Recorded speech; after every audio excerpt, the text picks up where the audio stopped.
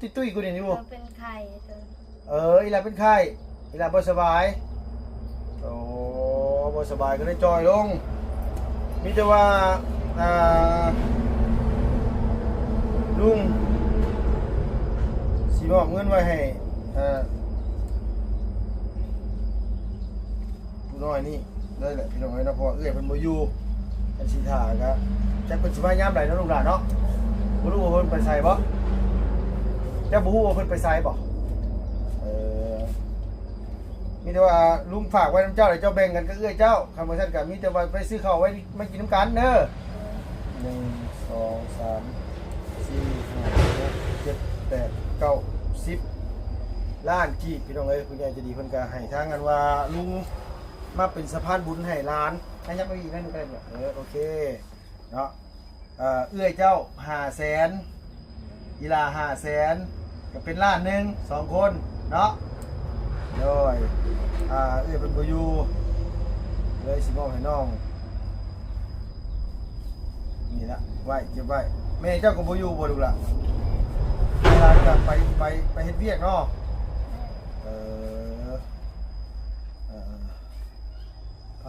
อากาศพี่น้องเอ้ยอบอ้าวขนาดได้ร้อนขนาดเลย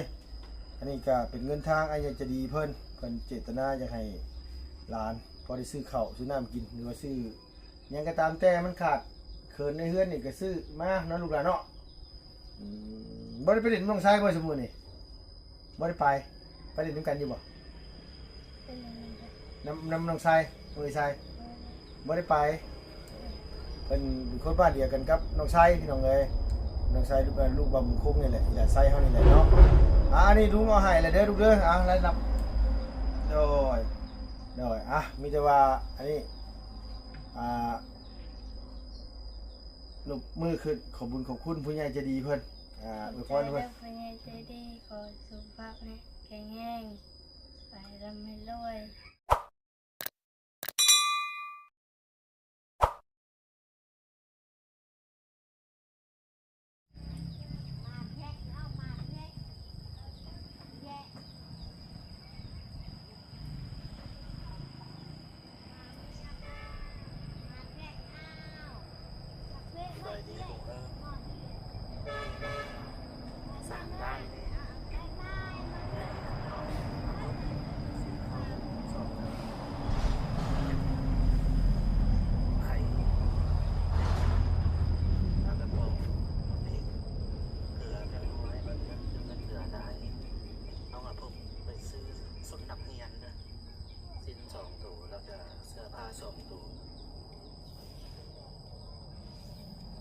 เราให้น้องท่านกับน้องเซ็งจัด1 ล้านเด้อน้องฮั่นกับน้องแสงจันทร์คือสิแมนหลังนี่แหละพี่น้องเอ้ยเนาะคันบ่ผิดคาดได้พี่น้องเอ้ยทางผู้ใหญ่ใจดีทางอ้ายเพิ่นฝากเงินมาจากประเทศแคนาดาเนาะพี่เนาะเพิ่นให้ลูกมาเป็นสะพานบุญให้พอดีว่ามื้อเช้านี่ก็ไปขึ้นเฮือนใหม่ใส่หญ้างามบ้านน้องใจดีเฮ็ดกับข้าวกับน้ำบ่นุ่งตุงต้วยพี่น้องบ่พอกินข้าวมื้อเช้านี่โอ้ยกับข้าวเพิ่นว่าบ่เพียงบ่พอเนาะพี่เนาะจังได๋ก็ต้องกราบขอโทษขออภัยญาติพี่น้องที่เพิ่นมาร่วมงานเนี่ยเพิ่นได้กินบ่อิ่มบ่เต็มเนาะพี่เนาะลุงก็สุดความสามารถนี่ล่ะเฮ็ดกับข้าวมื้อเช้านี่พี่น้องเนาะลาบสั่วไก่มาตกท้ายด้วยสั่วหมูหลายเทื่อเฮ็ดเติบมื้อเช้านี่โอ้ตื่นแต่เช้าเลยก็เมื่อยแห้งพี่น้องเนาะถ่ายคลิปแล้วก็มาแล้วก็นอนหัวตื่นเมื่อกี้นี่พี่น้องเนาะนอนไปประมาณสักชั่วโมงปลายนี่แหละพี่น้องเอ้ยนอนเอาแห้งก่อนว่ะอันนี้คือน้องมณีจันทร์กับน้องอีหยังล่ะเพิ่นบอกลุงมาอยู่เมื่อกี้นี่เนาะพี่เนาะโดยกับทักทายสบายดีพ่อแม่พี่น้อง FC เบิร์ดสุขุสุคนเนาะพี่เนาะมื้อนี้ก็กลับมาพบมาพ่อกันอยู่บ้านอะไรน้อยพี่น้องไอ้บ้านน้องไส้เฮานี่แหละพี่น้องเนาะพอดีว่าทางอ้ายเพิ่นฝากขึ้นมาลุงเป็นสะพานบุญให้มามอบปัจจัยให้ทางอีหลาน้อยเพิ่น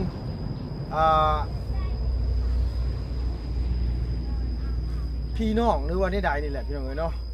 น้องเพิ่น2คนหรือว่าเป็นหมู่เป็นพวกกันหรือว่าใดๆลุงกับบ่ฮู้คือกันต้องถามน้องเพิ่นว่าเพิ่นนั้นว่ามีเอื้อยมีอ้ายมีจังใดแน่เนาะพี่เนาะอันนี้ก็คือ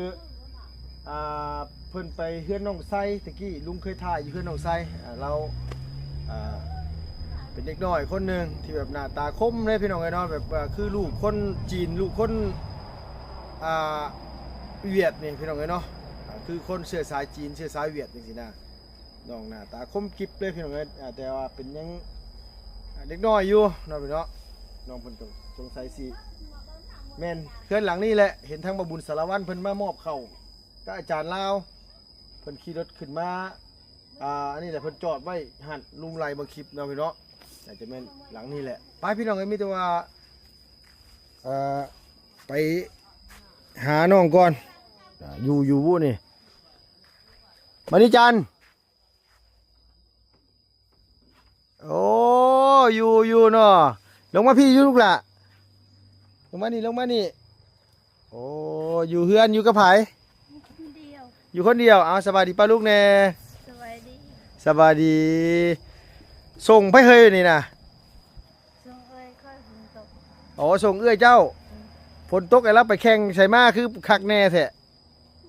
จะไปใส่ บ่รู้ว่าเพิ่นไปไส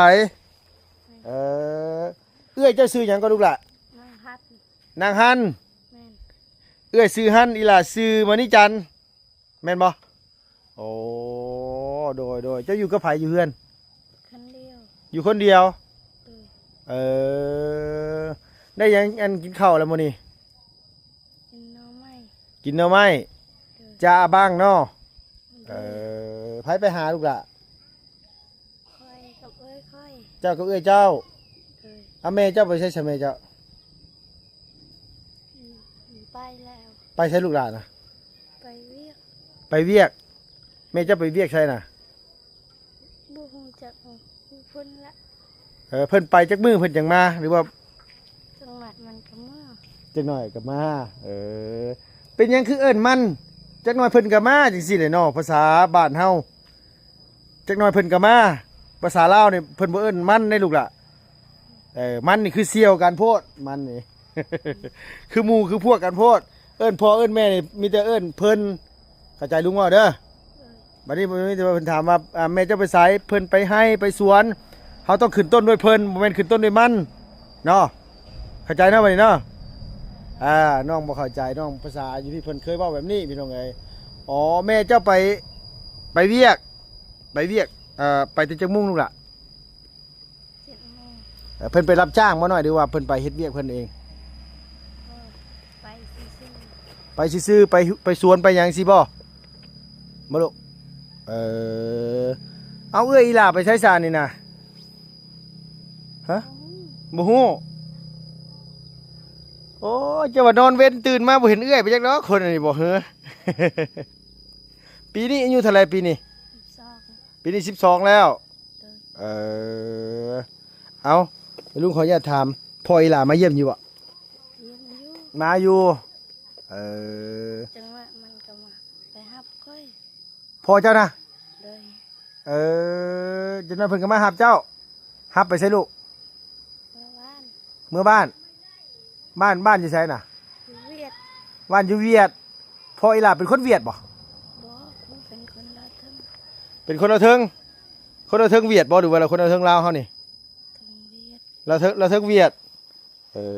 เป็นคนละเทิงเวียดเพิ่นบ่แม่นเป็นคนละเทิงลาวเนาะโอ้โดย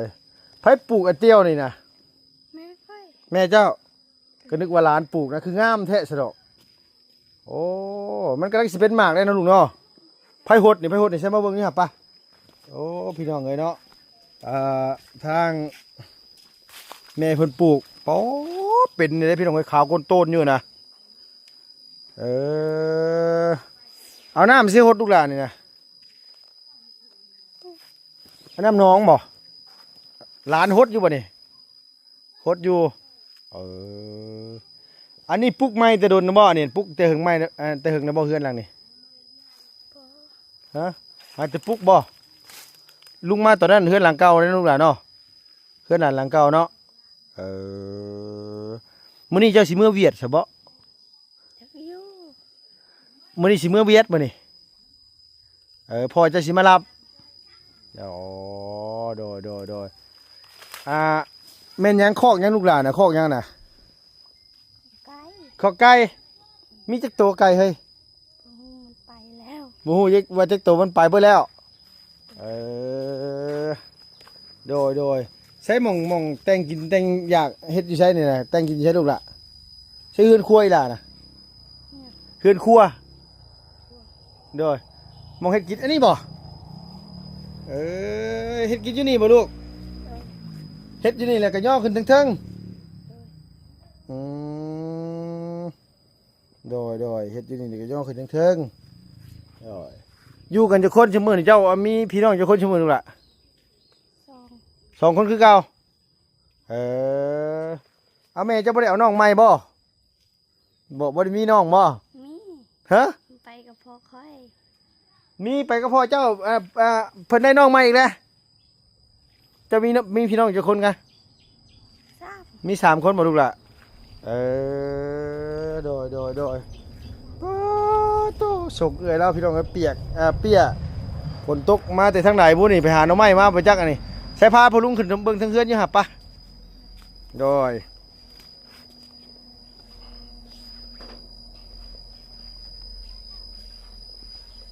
ฮึบขออนุญาตขึ้นเฮือนหน่อยเด้อเฮ้ยฮึบโอ้ยเนาะใช้หมองนอนนี่ล่ะอยู่ใช่นี่น่ะโอ้หมองนอนอยู่พี่นอนกันจะคนนี่น่ะ 3 คน 3 คนมีไผกับไผ แม่ค่อยค่อย น้องเจ้าน่ะไปน้ำพ่อเจ้าโอ้โดย3 คนน่ะนอนนี้เนาะมีแม่เจ้าเลยก็เจ้าเลยก็เอื้อเจ้าอันมื้อนั้นทั้งบ่บุญสารวัตรเอาเข้าวมาให้อีหล่าบ่ใช้ข้าวเพิ่นเอามาให้โอ้เบิดแล้วกินเก่งอีหลีน้องน้อยอันนี้นะจักฮอดบ่นาง15มื้อฮอดได้บ่เฮิงเติบลูกประมาณจักมื้อลูก เดือน ประมาณเดือนหนึงบ่โอ้โดยสวยบวงมีใส่มีหยังเนาะ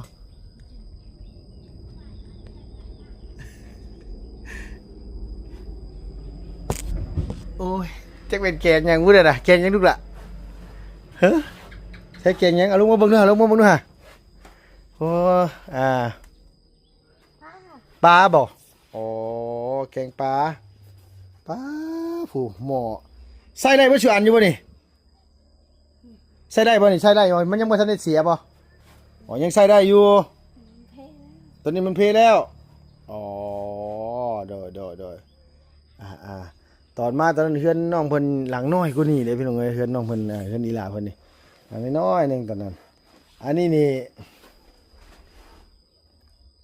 สิเป็นทั้งรูปเอื้อยเพิ่นนี่พี่น้องเอ้ยผู้นี้นะเอื้อยนี่สิบ่คือน้องเลยเอื้อยนี่เบิ่งนี่ฮู้เลยว่าเราเทิงอันนี้นี่เบิ่งบ่ฮู้เด้พี่น้องเอ้ยว่าเราเทิงนี่นะเขาชื่อว่าคนเวียดผู้นั้นนี่นะเนาะเราเทิงเวียดนะผู้น้อยๆนี่เนาะอีหลาซื้อหยังก็ลูกลืมน่ะ นางเสก ฮะ นางเสียงจัด อีหลาแสงจันทน์เนาะโดยพอดีว่าพอลุงมามื้อนี้พอดีว่าทางอันว่าพอลุงใหญ่จะดีเพิ่นอยู่ทางต่างประเทศเพิ่นบอกว่าแวะไปหาทั้งน้องแสงจันทน์กับเอื้อยเจ้าซื่อนั่นล่ะ นางพัน นางฮั่นกับน้องแสงจันทน์แน่บ่ซั่นว่าน้องมีข้าวมีน้ำกินบ่บ่ซั่นว่าเบิดแล้วบ่ล่ะน่ะเบิดซำนั้นบ่ข้าวหาได้ที่ว่าบุญเอามาให้เหลือซำนี้นะลูกเนาะใส่บ่ย่อมาให้ผมลุงฮะย่อมาให้ผมด้วยฮะเหลือหลายแต่บ่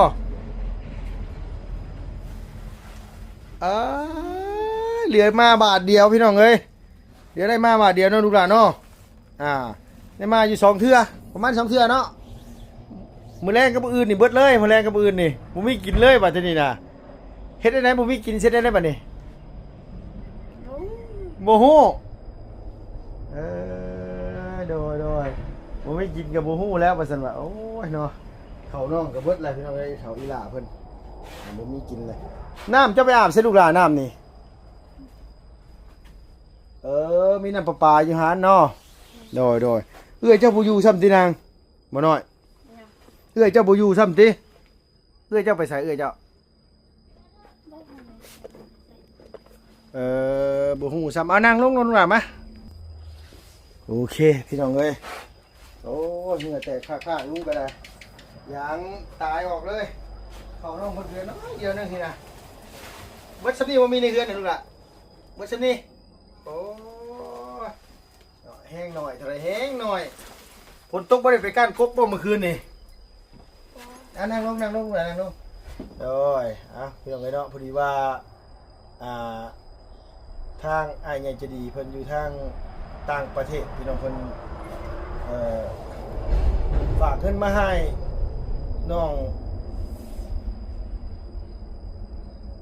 ฟุกพี่น้องเอ้ยน้องฟุกคืออยู่ทางผู้แหละพี่น้องเนาะอยู่ทางเมืองนองผู้อยู่บ้านอยู่บ้านอะไรอย่างเนาะอยู่บ้านอหย่างนี้พี่น้องลุงก็ลืมเลยอยู่บ้านว่าปะร้อยอยู่บ้านปะร้อยแม่นแหละอยู่บ้านปะร้อยอยู่บ้านเมียอีหลีแหละแต่เพิ่นก็ได้แบ่งเงินมาให้ทั้งอีหลาน้อยนี่กับเอื้อยเพิ่นเนาะคนละ500,000กับเป็นล้านหนึงว่าซั่นว่าได้เงินไปได้เฮ็ดหยังให้ส่วนหลาย ซื้อข้าว ได้เงินไปซื้อข้าว เลย ร้านไปกันได้เงินไปซื้อข้าวคือกันบ่12 ปีคือจ้อยคือน้อยเธอปีนี้บ่แต่เก่าคือตุ้ยๆกูนี่บ่ เราเป็นไข่เออ อีหลาเป็นไข้อีหลาบ่สบายโอ้บ่สบายก็ได้จ้อยลงมีแต่ว่าลุงสิมอบเงินไว้ให้ผู้น้อยนี่เลยแหละพี่น้องเอ้ยเนาะเพราะว่าเอื้อยเพิ่นบ่อยู่อันสิท่าก็จักเพิ่นสิมายามใดเนาะลูกหลานเนาะบ่รู้ว่าเพิ่นไปไสบ่จักบ่ฮู้ว่าเพิ่นไปไสบ่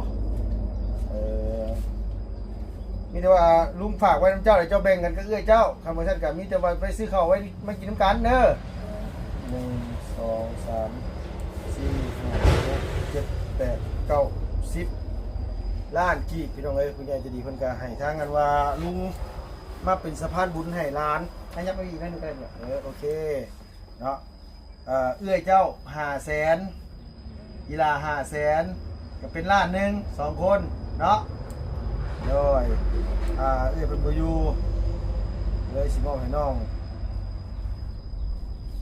นี่ละไว้เก็บไว้แม่เจ้าก็บ่อยู่บ่ลูกล่ะเวลาจะไปเฮ็ดเวียกเนาะ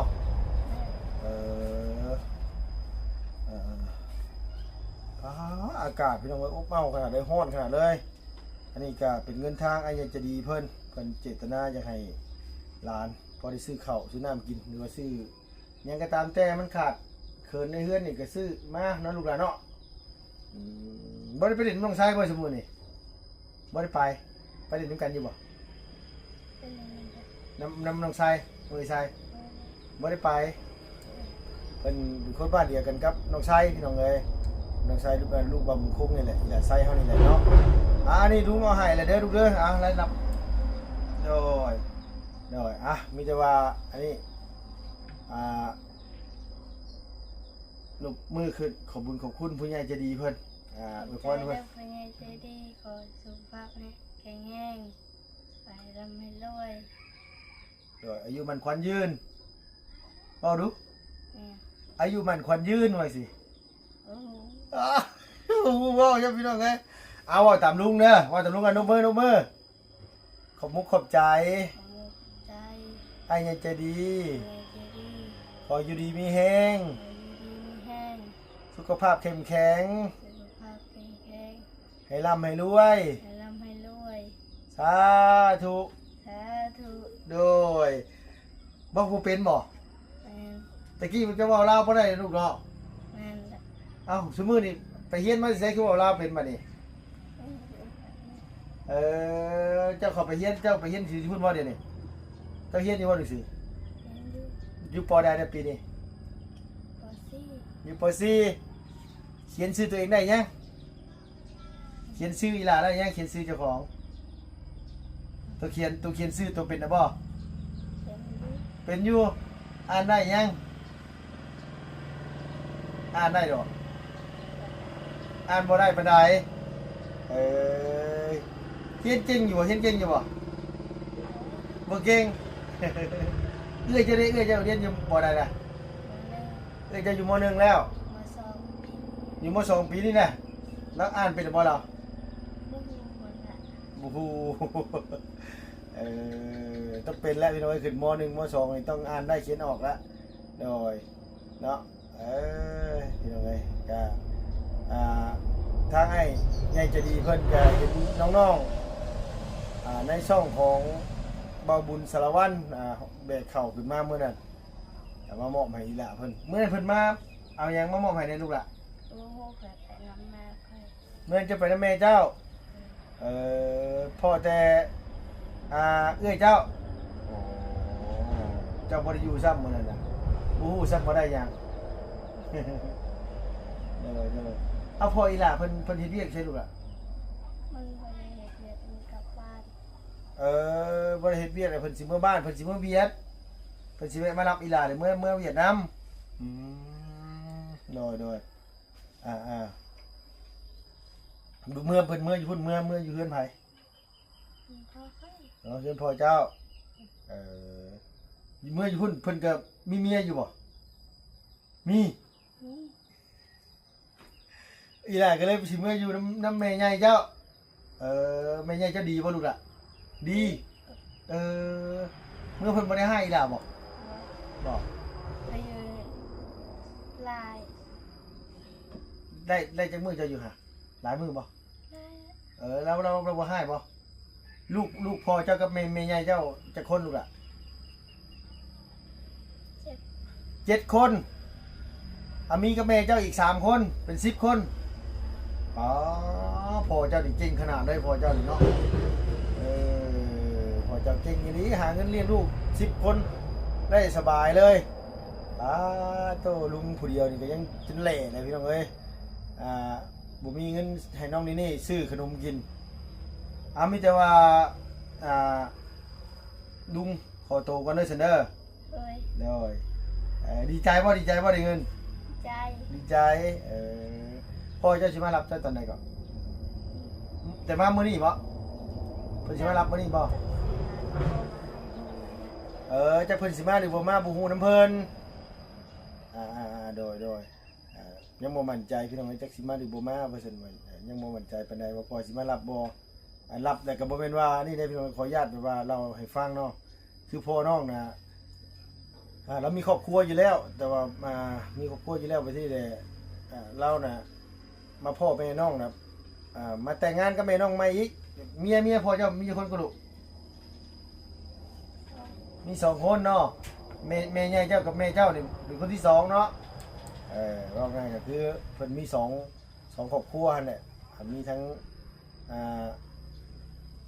เมียกกเมื่อเข้าเพิ่นแล้วก็อันนี้เป็นเมียคนที่2แต่เพิ่นก็แต่งงานกันเรียบร้อยแล้วล่ะพี่น้องว่าง่ายก็คือลูกเมียรับรู้เบิดแหละเนาะเพราะว่าทั้งนี้ทั้งนั้นก็เพิ่นก็อยู่นํกันแบบ2บ้านพี่น้องเนาะพี่น้องบางคนว่าสิคือพ่อน้องคือมีเมียหลายคนแต่บ่แม่นเด้มี2เนาะลูกหลานเนาะโดยโอเคพี่น้องมีแต่ว่ามามีแต่ว่าลุงจับกับเจ้าให้พี่น้องให้เราเห็นเบิ่งกล้องโอเคเนาะได้รับแล้วเนาะลูกหลานเนาะโดยมีแต่ว่าเจ้าเก็บไว้ดีๆนอนรับปะเลยล่ะหมู่ขึ้นมาเอาซะล่ะบ่เห็นตื่นมาบ่เห็นเลยบ่ได้ให้ซะบ่ล่ะเอื้อยก็บ่อยู่แม่ก็บ่อยู่แม่ก็ไปอันว่าสวนแม่นบ่นะเพิ่นไปสวนเพิ่นไปทางสวนบ่ไปสวนตัวเองนี่บ่ บัวคนไม่ได้เทศให้คนมีดิน อีหล่าบ่ได้เฮ็ดให้บ่ได้มีดินไปซอยผู้อื่นโอ้โดยโอเคมีแต่ว่าทั้งนี้ทั้งนั้นก็ลุงก็ประตูพี่น้องเอ้ย